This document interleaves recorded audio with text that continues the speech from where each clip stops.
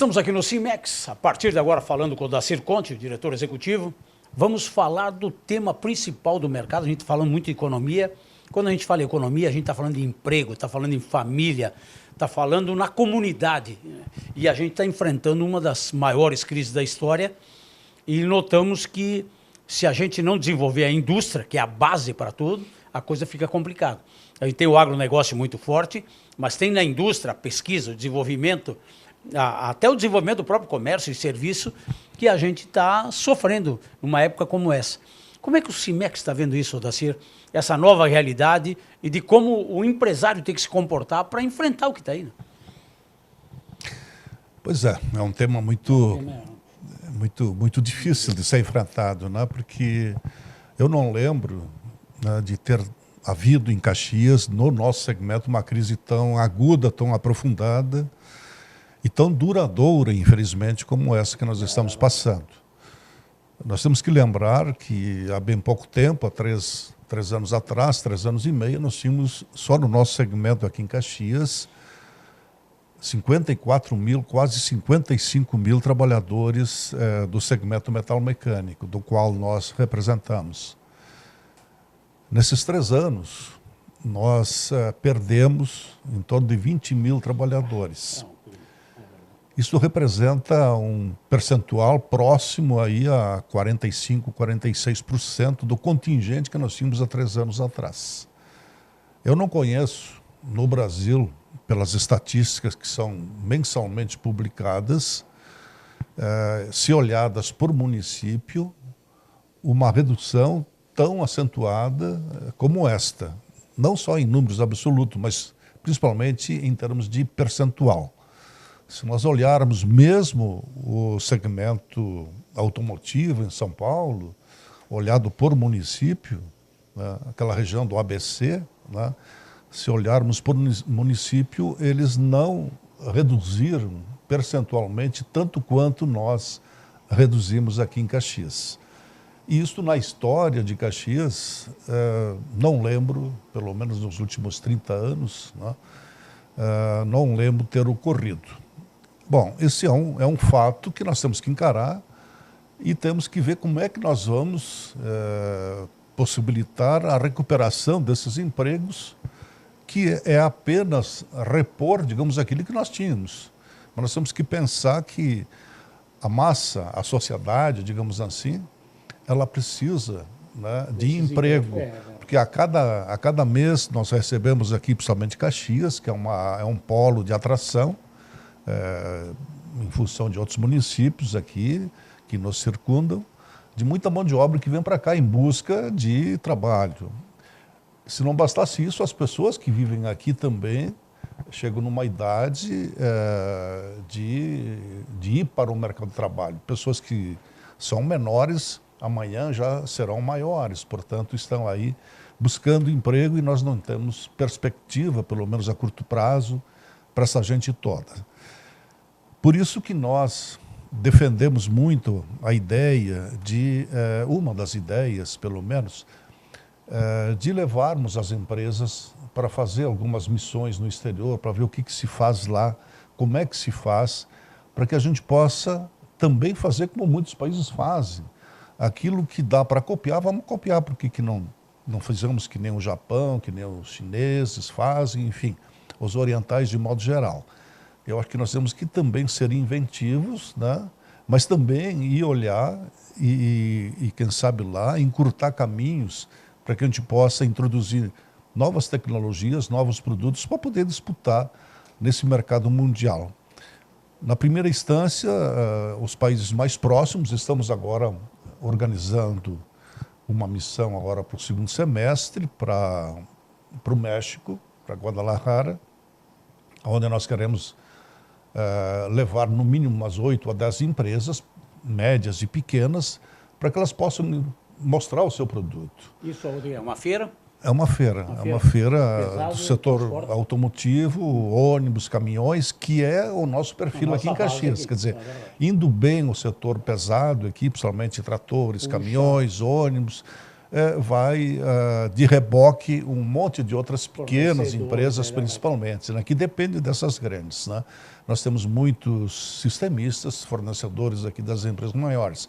Então, se essas empresas grandes vão bem, automaticamente as pequenas também começam a aumentar, digamos assim, a sua produção e, consequentemente, gerar novos empregos, né? Recuperar esses empregos, esses 20 mil empregos.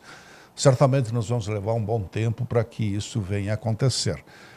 Ao par disto, nós precisaríamos, e está aí em discussão, infelizmente ontem no Congresso houve um pequeno revés numa das comissões, nós precisaríamos, digamos assim, oxigenar a nossa legislação social, principalmente a legislação do trabalho.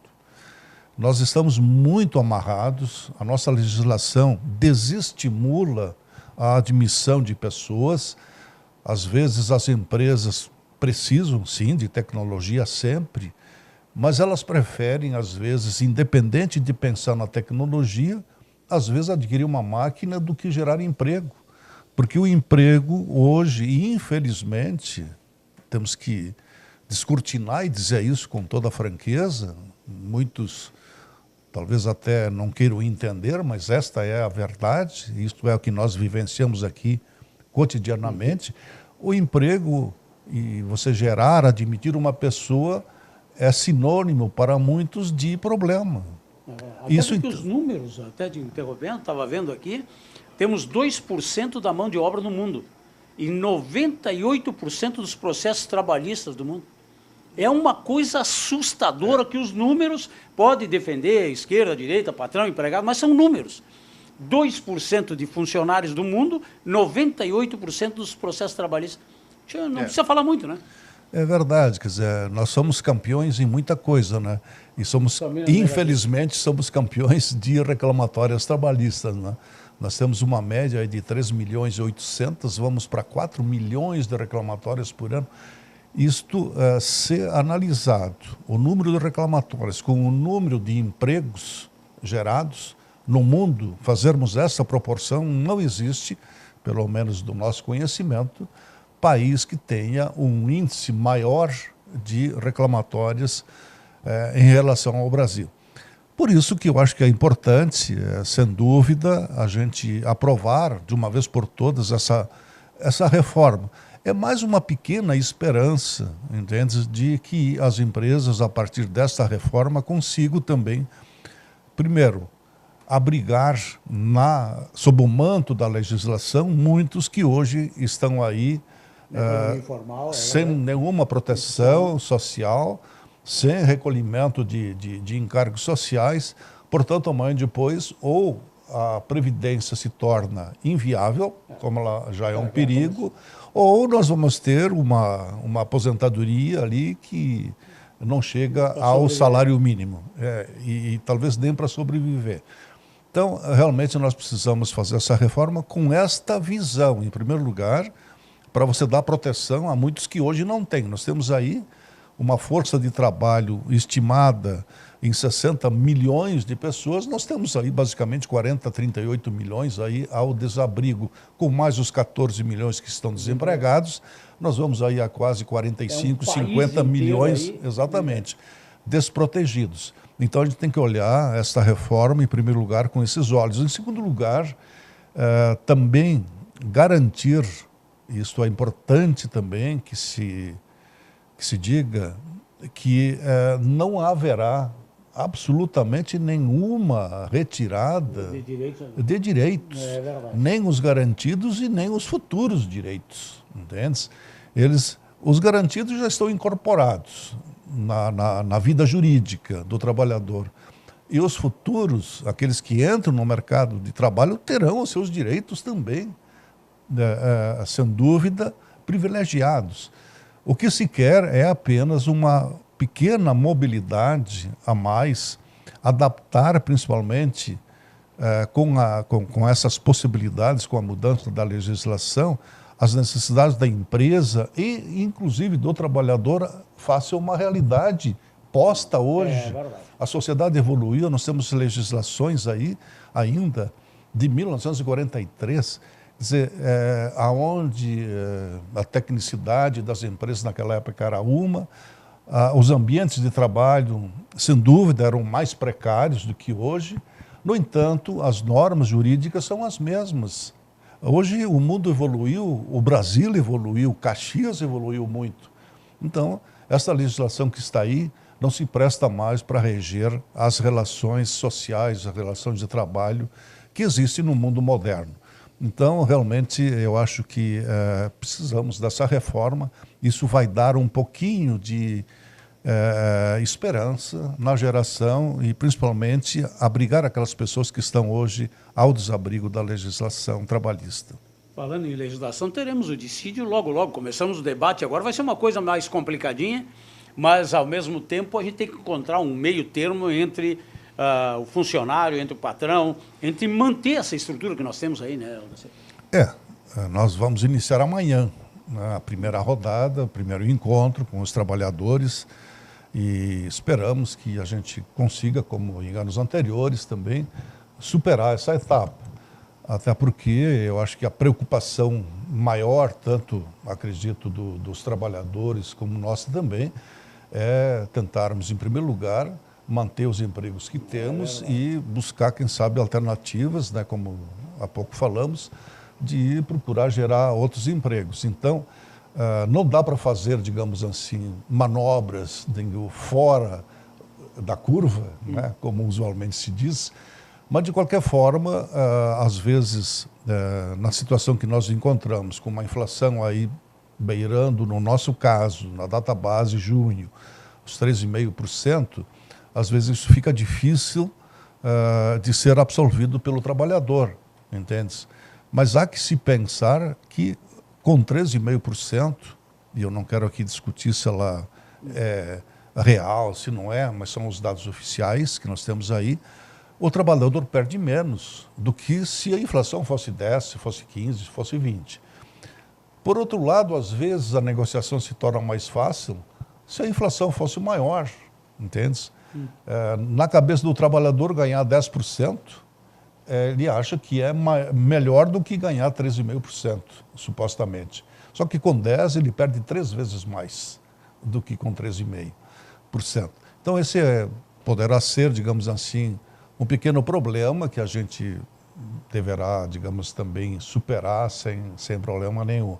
A nossa convenção coletiva, ela se estende por 2 anos, um ano já passou, e ela vai se estender até o ano que vem nas cláusulas sociais. Então, nós vamos negociar somente as cláusulas meramente econômicas. E espero que a gente consiga, assim, superar também essa etapa e continuar trabalhando, porque o importante realmente é poder pagar aquilo que a gente eventualmente vai negociar, né? Que tem empresas que não conseguem nem pagar aquilo que está hoje aí, os salários que estão postos da forma como estão aí, sem nenhum reajuste, né? Mas tenho esperança que a gente vai vencer essa etapa também. Muito bem. O Aldacir Conte, diretor executivo do Cimex, especial, colocando os números da economia, a realidade do emprego e essa complexidade para produzir num país como o Brasil.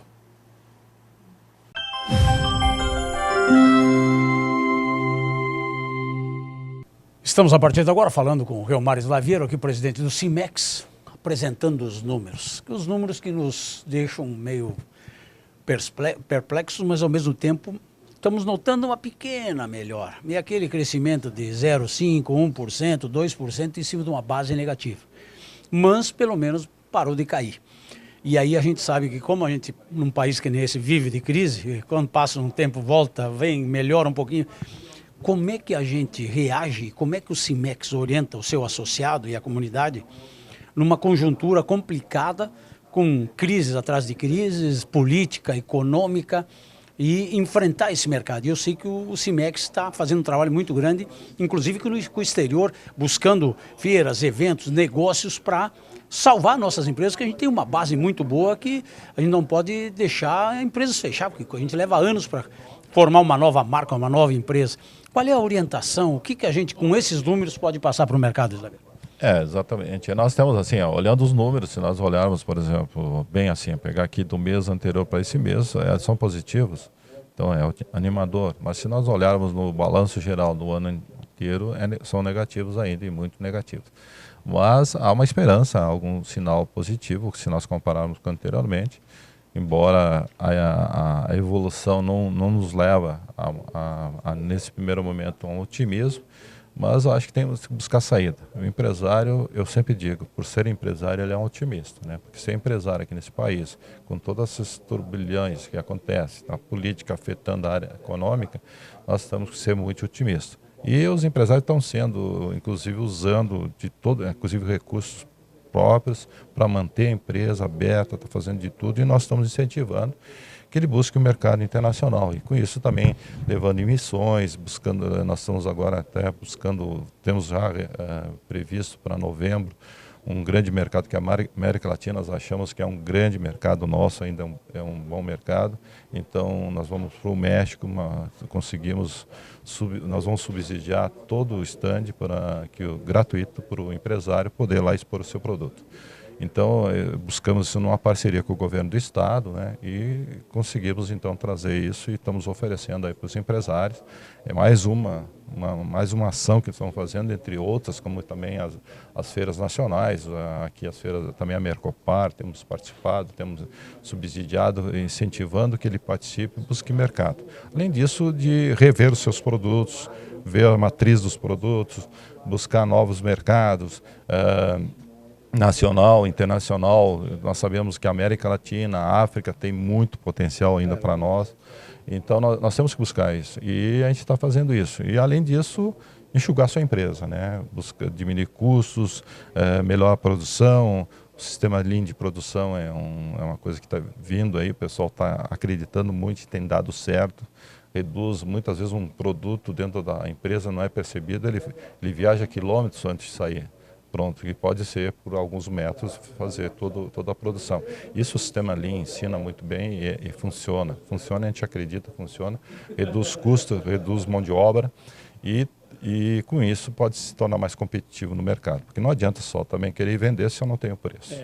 Tem que ter qualidade e preço. E isso está cada vez mais, o mercado exige mais, a gente está competindo aí com grandes fabricantes aí que estão nos ensinando, né, que nós temos que pensar mais e olhar para dentro da fábrica e olhar para o mercado. Os dois lados, um olho na fábrica, um olho no mercado. E isso a gente está fazendo, o Cimex está incentivando e a gente acredita que muitas empresas, aquelas que sobreviverem esse momento aqui, realmente vão, para 2018, poder recuperar o que perdeu até agora. Estava vendo agora, porque a gente estava cobrindo o evento agora há pouco, falando aí da indústria 4.0. E a gente fala muito, discurso, design, a nova tecnologia, inovação, só que tem que aplicar isso e dar resultado para a empresa, né? Até porque nós temos conta para pagar, né? Exatamente. A indústria 4.0, a automatização, ela está vindo, os países, principalmente pela questão de custo de mão de obra, que são aqueles custos indiretos, infelizmente, que a gente tem, e o Brasil tem bastante isso, né? A gente não fala naquilo que o trabalhador ganha, mas naquilo que ele custa, né? E aí começa a se pensar, porque daí os outros países estão fazendo, nós temos que competir, nós temos que entrar no mesmo coisa. Então tem que automatizar as linhas de produção. E a saída, então, é a indústria 4.0, então computador conversando entre ele, conversando com a máquina. Então desde a entrada do produto até comercialização, o computador está fazendo isso. Baixar custo e melhorar o processo. Exato, nós precisamos ainda. Ou nós fizemos isso ou nós estamos fora do mercado. Então nós temos que fazer. E aí a gente está incentivando, está buscando isso, está trazendo essas tecnologias. Nós estamos fazendo parceria com as academias, estamos aí, inclusive treinamento de mão de obra também, porque cada vez mais vai ser menos mão de obra, mas mais qualificada. Então essa qualificação, para não ficar fora do mercado, tem que se qualificar. E para qualificar nós temos também prover, então, das escolas. E nós estamos aí, o Cimex está buscando, inclusive, nós estamos visitando no exterior, temos ido à Europa, buscar ideias para implementar aqui, fazendo parceria com a Escola Senai, com o Instituto Técnico Federal, com a universidade, para a gente fazer, então, um sistema de treinamento bem adequado para o futuro que nós vamos ter logo aí. Palavra aí do Reomar Slaveiro, presidente do Cimex, hoje apresentando os números aqui, enfrentando a maior crise do país, da história, mas a gente sai disso trabalhando, se unindo, que é o que o sindicato faz aqui. Vira uma câmara de negócios, faz um trabalho de auxiliar o associado para que ele produza mais, para que ele se desenvolva, para que ele seja competitivo aí no mercado aberto, como a gente está vendo. É o Cimex levando o que tem de melhor para você que produz aí no mercado.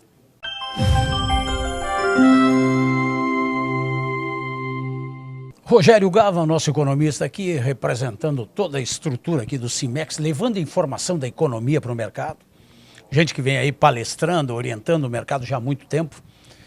E não deve ser fácil, até porque para prever uma crise como essa que nós temos no Brasil, a gente viu aí que ninguém imaginou que ela podia ser tão grave e permanecer por tanto tempo prejudicando o próprio país na base, quem produz, né, Gava? É verdade. Esses dias eu ouvi assim, já não é mais uma crise, é uma depressão econômica, né? Porque nós vemos aí dos últimos 3 anos, conforme eu falava há pouco aqui, dizer uma estagnação de 0 em 2014.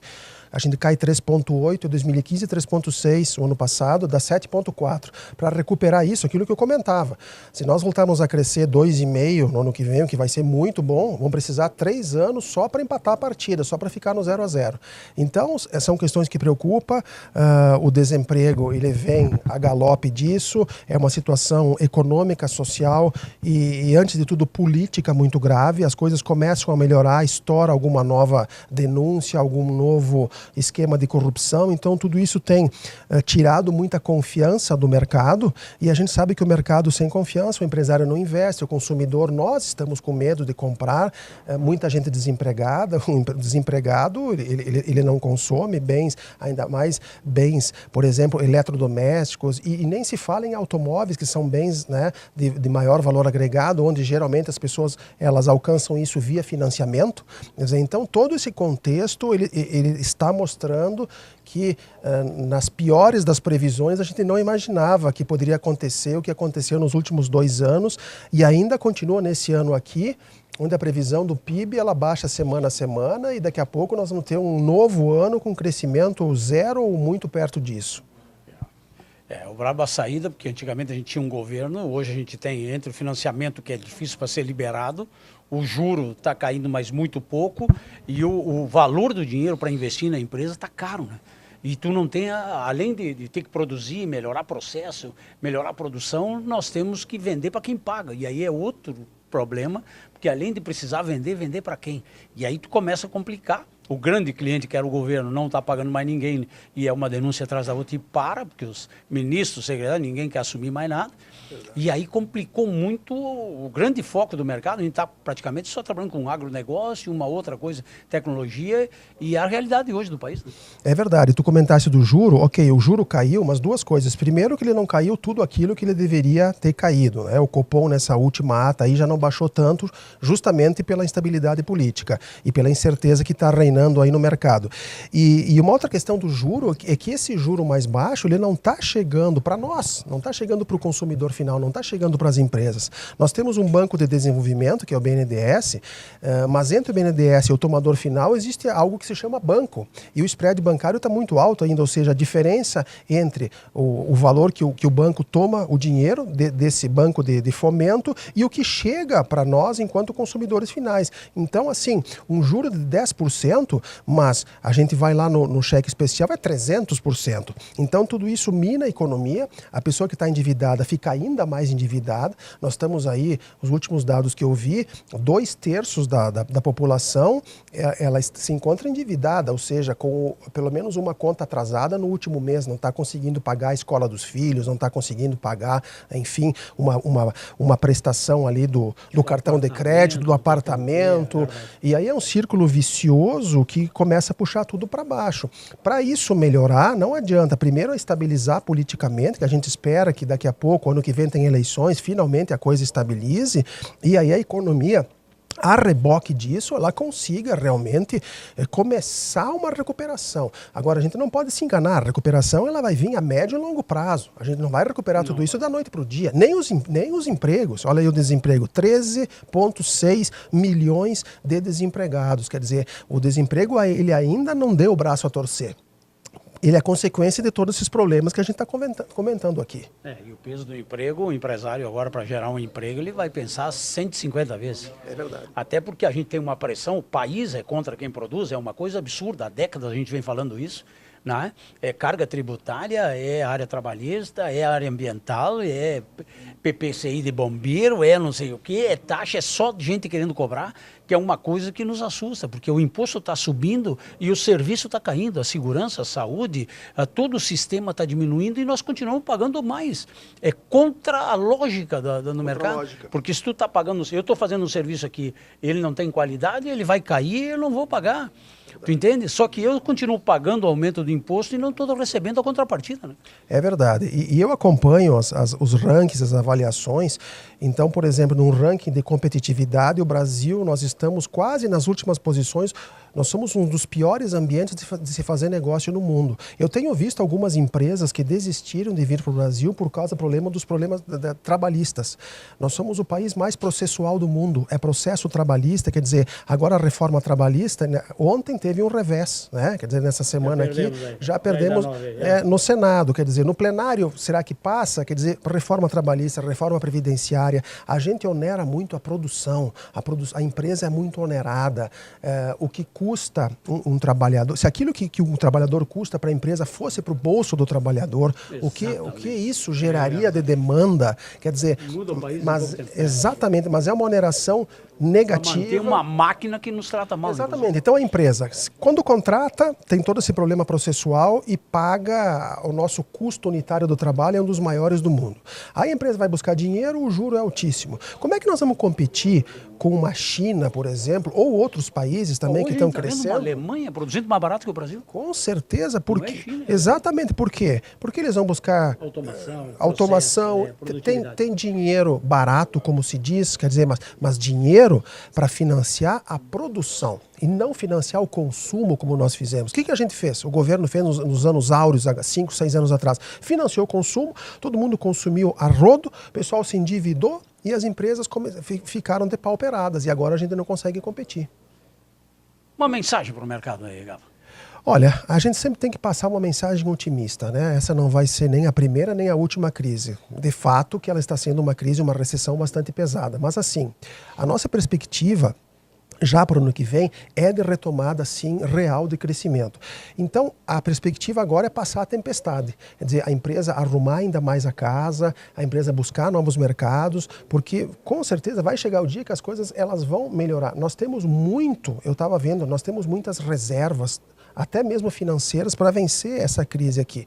A mensagem é o seguinte: passando essa turbulência política que ela vai ter que passar, a gente retoma o desenvolvimento, porque o nosso problema, isso eu digo sempre, ele não é econômico, ele é político. O econômico é reflexo do político.